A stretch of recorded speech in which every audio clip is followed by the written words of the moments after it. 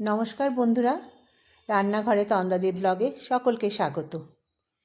আমরা আজকে ব্যাঙ্গালোরের রাজাজি ইস্কনের মন্দির দর্শনে যাব।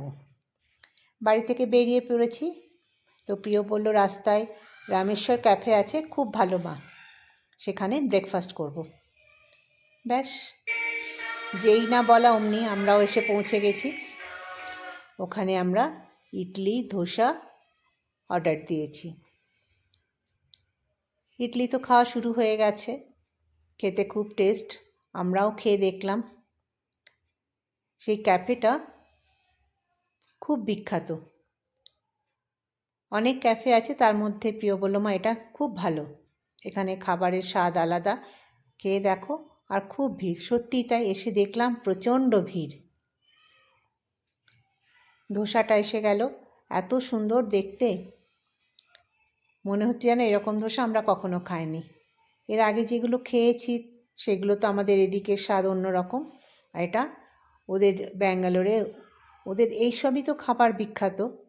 ইডলি ধোসা সাউথের ডিশ, ওদের খুব পছন্দেরসই, আর স্বাদও আলাদা। বেশ, আমাদের ব্রেকফাস্ট হওয়ার শেষ হলো। এবার আমরা পৌঁছে গেলাম জেপি নগর মেট্রো স্টেশনে। আমরা স্টেশনের ভেতরে এসে গেছি, ট্রেন আসার অপেক্ষায়। ট্রেনও ঢুকে গেল। এখানের মেট্রো অবশ্য ওপরে ওপরে যায়, দূর থেকে দেখলাম যেন শুধু বাড়ির মাথাগুলো দেখতে পাচ্ছি, বাড়ির মাথায় মাথায় যেন ট্রেন যাবে। ট্রেন এসে দাঁড়ালো, আমরাও আস্তে আস্তে ট্রেনের মধ্যে ঢুকে পড়লাম। নামলাম এসে মহালক্ষ্মী মেট্রো স্টেশনে। সেই স্টেশনে দাঁড়িয়ে তো আগে কিছুক্ষণ চারিদিক দেখতে থাকলাম। স্টেশনটা যেন মনে হচ্ছে একটা টানেলের ভেতরে, চারিদিক কভার করা। দূর থেকে বাইরের সিনারি, বাড়ি ঘর খুব সুন্দর দেখতে লাগছিল। কিছুক্ষণ আমরা ঘুরে ঘুরে তাই দেখতে থাকলাম।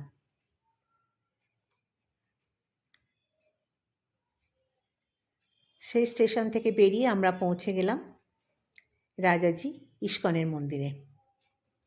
আমরা সোজা অটোয় করে একেবারে মন্দিরের ওপরেই এসে পৌঁছে গেছি। সেখানে দু রকমের ব্যবস্থা আছে, এক লিফট, এক হেঁটে যাওয়া। লিফটে অবশ্য সবাই অ্যালাউ নেই, একটু বয়স্ক বা যারা অসুস্থ পারে না তাদের জন্যই। আমি দাঁড়িয়ে আছি, আমরা সবাই লিফটেই যাব বলে। লিফট একেবারে চাপার পর, মন্দির তো 3 তলার সমান, লিফটে গেলে একটু তাড়াতাড়ি পৌঁছে যাব।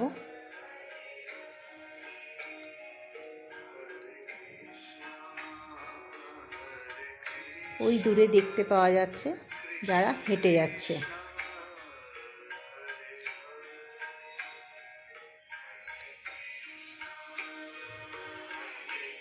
এখান থেকে লিফটে চাপবো আর সোজা মন্দির গর্ভে পৌঁছে গেলাম। মন্দির তো দেখেই আমার চোখে জল এসে গেছে, এত সুন্দর মন্দির। প্রিয় তো বলল মা তুমি কেঁদেই ফেললে। চারিদিকটা চোখ ঘুরিয়ে নেওয়ার পর মন্দিরের দিকে আস্তে আস্তে আমরা এগিয়ে যাব এবারে। মন্দিরের গর্ভগৃহটা বেশ বড়, বেশ অনেকটা এলাকা জুড়ে। এত মানুষজনের ভিড় দেখে মনে হচ্ছে না। ছবি তোলা ওখানে নিষেধ। আমরা আস্তে আস্তে দর্শন করে ওখান থেকে সরে এলাম, কারণ সামনে ছবি তুলতে দেবে না, তাই ওখানে প্রণাম সেরে আমরা সামনের দিকে চলে এলাম। আমরা ঠিক 1-1:30টার সময় এসে পৌঁছেছি, যে সময় ঠাকুরের ভোগ আরতি হচ্ছে আর কি।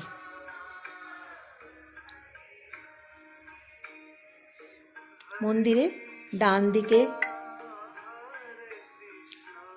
কৃষ্ণ বলরামের মূর্তি, বাঁদিকে নিতাই গৌর, সামনে প্রভুপাদের মন্দির। খুব সুন্দর নিখুঁতভাবে মন্দিরটি। এই ছবিগুলি মন্দিরের গায়ে গায়ে আঁকা আছে।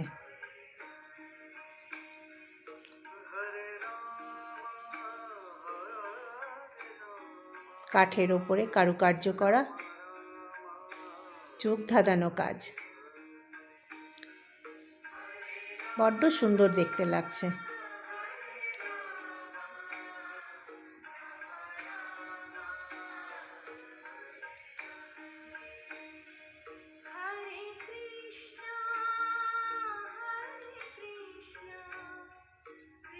কত ভিড় এই মন্দিরের ভেতরে, সব ছবিগুলি আঁকা আছে ওপরে। এত সুন্দর কাজ, নিখুঁত একেবারে।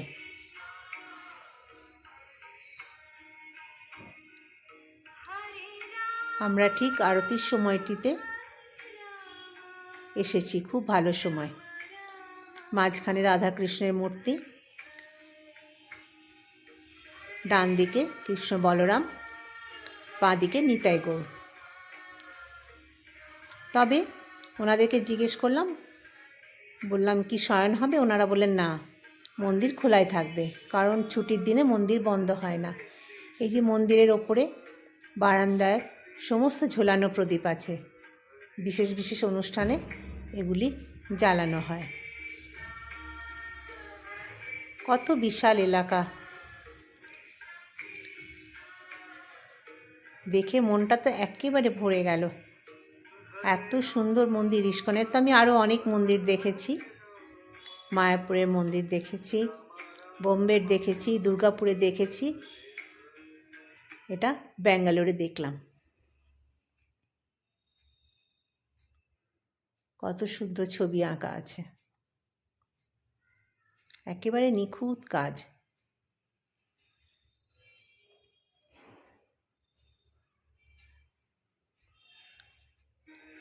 মন্দিরে রাধাকৃষ্ণের নিজ মূর্তি, এখানে প্রভুপাদের কত স্ট্যাচু করা আছে। এখানে উনি পড়াশোনা করছেন, তারই মূর্তি।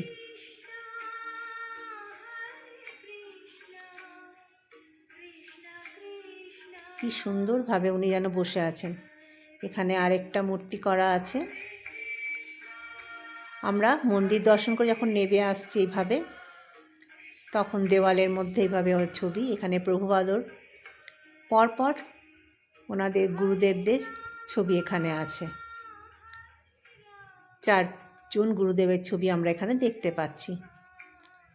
নিচে তো ছবি, বই, মূর্তি, বিভিন্ন রকম সব স্টলগুলো করা আছে। সবাই দেখে দেখে যাচ্ছে, যার দরকার সে কিনতে পাচ্ছে। এখানে মানুষের জন্ম থেকে মৃত্যু পর্যন্ত একটা পুতুল আকারে ছবি করা আছে। পরপর মানুষের যে রূপ পরিবর্তন প্রতিটা সময় ধরে, কি সুন্দর করে তৈরি করেছে। আমরা তো নিজেদের ছবি নিজেরা কি দেখতে পাই, কিন্তু এনাদের দেখে অবাক লাগছে। পরপর পরিবর্তন, বৃদ্ধ, তারপর দেহ ছেড়ে চলে যাওয়া, কঙ্কাল হয়ে মাটিতে মিশে যাওয়া। বড্ড সুন্দর বানিয়েছে, খুব সুন্দর দেখতে লাগছে। পরপর কিভাবে রূপ পরিবর্তন হয় মানুষের। হ্যাঁ, এখানে লেখা আছে চেঞ্জিং বডিজ বলে। যা হয়, ঘুরতে যখন এসেছি ঘুরে ঘুরে সব দেখছি। প্রতিটি স্টলে এরকমভাবে রাধাকৃষ্ণের মূর্তি। এটা হচ্ছে কৃষ্ণ হিল। এই রকম স্টলে বিভিন্ন রকম রাধাকৃষ্ণের মালা, স্ট্যাচু সব বিক্রি হচ্ছে। মন্দিরের বাইরেটা, মন্দির থেকে বেরিয়ে আমরা প্রসাদ গ্রহণের বলে লেখা আছে, একটা ব্যবস্থা আছে, জায়গা আছে, সেখানে আমরা ঢুকে পড়েছি।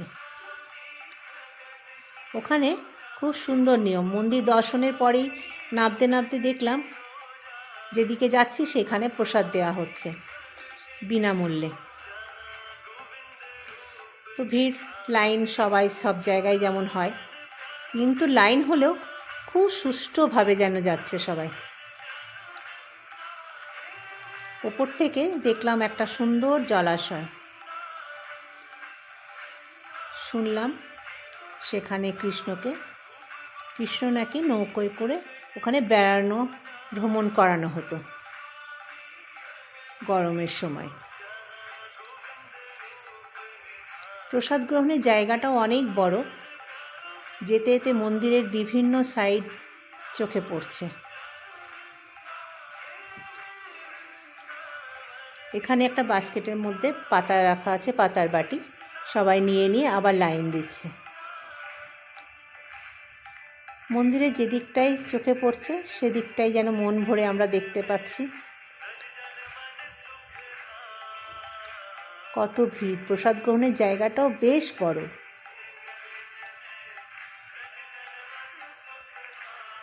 এখানে প্রসাদের পয়সা লাগে না, যে আসবে সেই প্রসাদ পাবে।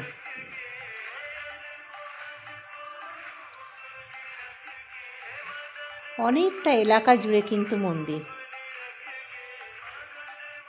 যতটা সম্ভব হচ্ছে আমরা ধরে দেখতে পাচ্ছি। সামনে পিছনে সব তো একসঙ্গে দেখানো যাবে না। এখানে প্রসাদ দেওয়া হচ্ছে। প্রসাদ এইভাবে বাটিতে দিচ্ছে বলছে কারণ যেন নষ্ট না হয়, যেটুকু দেব সবাই যেন খেয়ে নিতে পারে। আমরাও নিয়েছি, নিয়ে এখানে প্রসাদটা খেয়ে নিলাম। কিন্তু এত সুন্দর! প্রসাদ খাওয়ার পর আমরা আস্তে আস্তে নিচে নেমে এলাম সেই জলাশয়ের পাশ দিয়ে।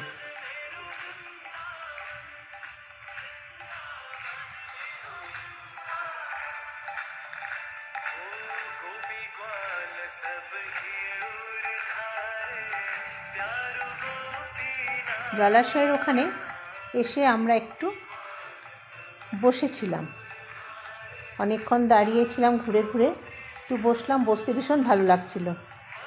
আমরা যে প্রসাদটা খেলাম তার একটা নাম আছে। খিচুড়িকে ওখানে বলে পঙ্গল। যেন ঘিয়েই তৈরি হয়েছে, ঘিয়ের গন্ধে মোমো করছে। খুব সুন্দর খেতে, খুব সুস্বাদু। কিছুক্ষণ ওখানে বসে থেকে যেমন হয় চারিদিক ঘুরে ঘুরে দেখতে লাগলাম। তারপর ওখান থেকে উঠে আমরা এবার যাব লাঞ্চের জন্য। সেখানে অবশ্য 60 টাকা দিয়ে কুপন কাটতে হয়। কেটে এই যে আমরা লাঞ্চ নিয়েছি। এখানে আছে খিচুড়ি, মানে বিশি বেলে ভাত, তার সাথে নাকি শুকনো বোঁদে মিশিয়ে খেতে হয়, 2টো করে লুচি, চানার তরকারি আর জিলিপি। খুব সুস্বাদু খেতে।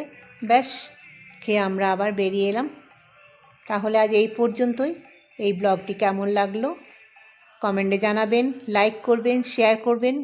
যারা সাবস্ক্রাইব করেননি সাবস্ক্রাইব করবেন।